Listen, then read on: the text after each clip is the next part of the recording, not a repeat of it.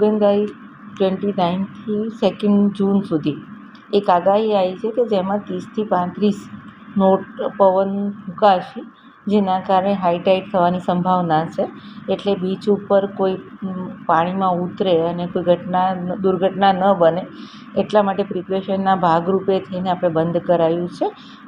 અને ત્યાં પોલીસ જવાનો પણ તૈનાત કરેલા છે, હોમગાર્ડ પણ છે, અને આજની સ્થિતિએ પણ ટોટલ 9 કર્મચારી ત્યાં હાજર છે. સાથે સાથે આપણે બોર્ડ પણ લગાવેલા છે કે ઇમરજન્સીમાં કયો હેલ્પલાઇન નંબર એમને મદદ કરશે. અંદર સુધી જે બીચની પથ્થર સુધી એ લોકો જતા હોય છે ત્યાં સ્ટ્રિક્ટલી પ્રોહિબિટેડ કર્યું છે. બહાર આઉટસ્કટમાં જે પાથ છે ત્યાં સુધી એ લોકો જઈ શકે છે. એટલે બીચની મજા ત્યાંથી માણી શકે છે. ખાણીપીણી છે, સહેલાણી ત્યાં ફરી શકે, પણ અંદર જવાની સ્ટ્રિક્ટ મનાઈ કરાયેલી છે.